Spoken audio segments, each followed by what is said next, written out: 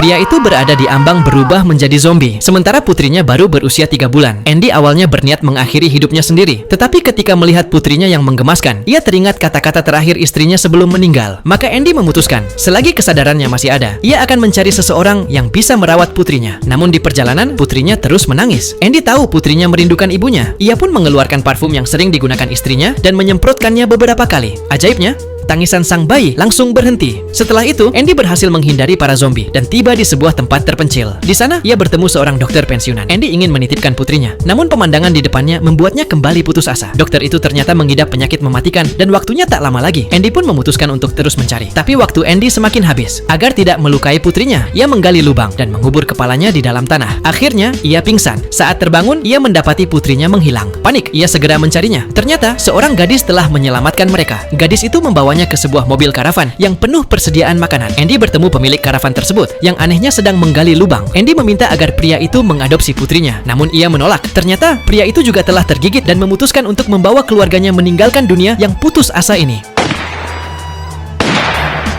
Setelah itu, Andy mengambil pistol dan berniat mengakhiri hidupnya dengan cara yang sama. Tapi di saat itu, putrinya berbicara untuk pertama kalinya memanggilnya ayah.